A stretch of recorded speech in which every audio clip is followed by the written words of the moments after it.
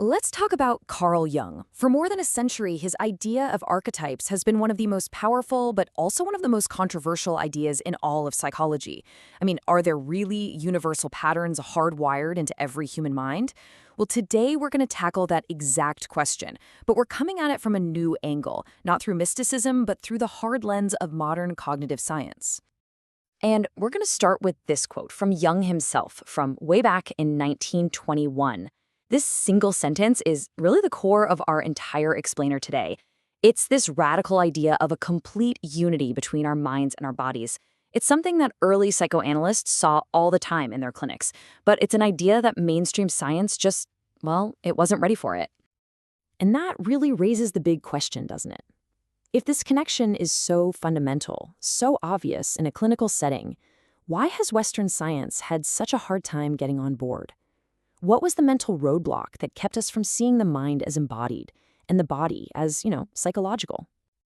To figure that out, we have to go back to the beginning and get really clear on what Jung was actually saying.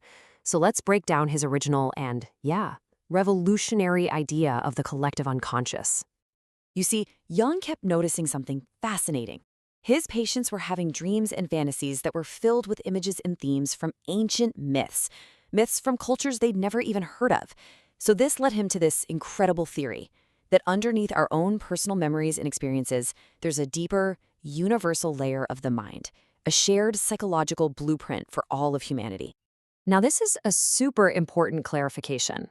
He argued that we don't inherit a specific mental picture of, say, a hero or a monster. No, what we inherit are forms without content, these basic patterns or templates. Think of it like this. We inherit the fundamental grammar of the human psyche, and then our own life experiences come along and provide the words, filling in those ancient patterns with our own personal meaning. Okay, so if that's what Jung was proposing, why did the scientific world resist it so fiercely? Well, the answer really lies in a powerful idea that dominated the 20th century, a philosophy that basically ripped the mind out of the body, creating what the philosopher Gilbert Ryle so brilliantly called the ghost in the machine. And the main culprit here is Cartesian dualism. This is that deep-seated idea, which we got from Descartes centuries ago, that the mind is this non-physical thinking thing, and the body is just, it's just physical stuff. They're seen as two completely different substances. And right here, you can see the conflict in black and white. The Cartesian view, which became the foundation for early cognitive science, saw the mind as this abstract computer running software. But what psychologists were seeing in their clinics was the exact opposite. A mind that was deeply rooted in the body, and a body that seemed to have its own kind of meaning and intention. The two views just couldn't coexist. And this gap, this divide, it just got wider as the 20th century went on. Psychology actually moved further away from Jung's unified vision. First, you had behaviorism, which basically said the inner world is a black box, and we shouldn't even bother looking inside. Then the cognitive revolution came along, and even with all its breakthroughs, it doubled down on modeling the mind like a computer, a disembodied processor. But then, something began to change. Around the 1980s, a kind of counter-revolution started brewing. Scientists from all sorts of different fields started to find cracks in that old Cartesian wall, and they started listening, really listening, to what the body had been trying to tell us about the mind all along. And this new way of thinking is called embodied cognition. It's a game changer. The theory is that our thoughts, our reason, our most abstract concepts, they aren't just floating in some abstract space. They are fundamentally grounded in the physical reality of having a human body. To put it really simply, we don't just think in our bodies, we think with them. And this leads to a really simple but kind of mind-blowing observation. If our thinking was truly abstract, why is the language we use to talk about our minds so physical, so bodily? The proof has been hiding in plain sight this whole time, in the way we talk every single day. Just take this one. Happy is up. We say we're on top of the world or our spirits are high. This isn't just poetry. It's a direct mapping. It comes from the basic physical experience that when we feel good, our posture is upright and energetic. And when we're sad, we slump down. Our bodies literally map emotion onto physical space. Or what about this one? Affection is warmth. We talk about a warm welcome or a cold shoulder. Where does that come from? It comes from one of the most basic human experiences.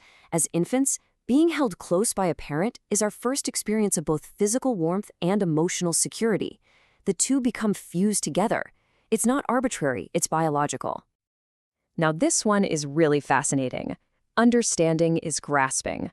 Why do we say, I can't grasp this idea, or get a grip? Because we are primates. We have hands. For a creature like us, to physically grasp something is to control it, to know it. That very physical act becomes the blueprint for the abstract idea of understanding something with our minds. Okay, so this is all really cool, but how does this new science of embodied cognition bring us back to Jung? Well, it provides the biological missing link. It gives us a way to think about archetypes not as some mystical floating forms, but as a kind of universal alphabet written directly into our bodies. The research suggests that we are all born with a set of these fundamental body-based metaphors, and the technical term for them is innate mappings. Just think of them as the absolute basic building blocks of meaning, the ABCs of a symbolic language that our minds then use to build more complex ideas. And here are just a few of those proposed letters. Knowledge is light. Well, of course it is. We're creatures that see and navigate the world during the day. Danger is darkness, is its natural opposite. Anger is heat. That's a direct line to the physical feeling of blood rushing to your face. These aren't things we learn from a book. They're things we feel in our bones. This framework is also incredibly useful because it helps us separate what's universal from what's culturally specific. So the innate mapping, anger is heat, you'll find that everywhere because human bodies are pretty much the same everywhere. But a culture might then build on top of that, like the Zulu expression, anger is grinding corn. That's a unique cultural idea, but it's probably layered right on top of that universal feeling of heat and pressure. And this is where it all clicks into place. An archetypal image, whether it's the hero's journey, the great mother, the shadow, we can now see it as a complex, spontaneous metaphor that our psyche creates to make sense of our life. And it's written primarily in the letters of this universal embodied alphabet. So, bringing together Jungian psychology and embodied cognition does way more than just prove an old theory right. It forces us to completely reimagine the relationship between our biology and our deepest search for meaning. The implication here is absolutely profound. The source, the wellspring of our myths, our dreams, our most powerful symbols, maybe it's not in some mystical, otherworldly place. Maybe the source is much, much closer to home. It's our shared biology. It's the common architecture of the human body. And this all leads to the paper's stunning final conclusion. Jung's collective unconscious isn't someplace out there. It's in here.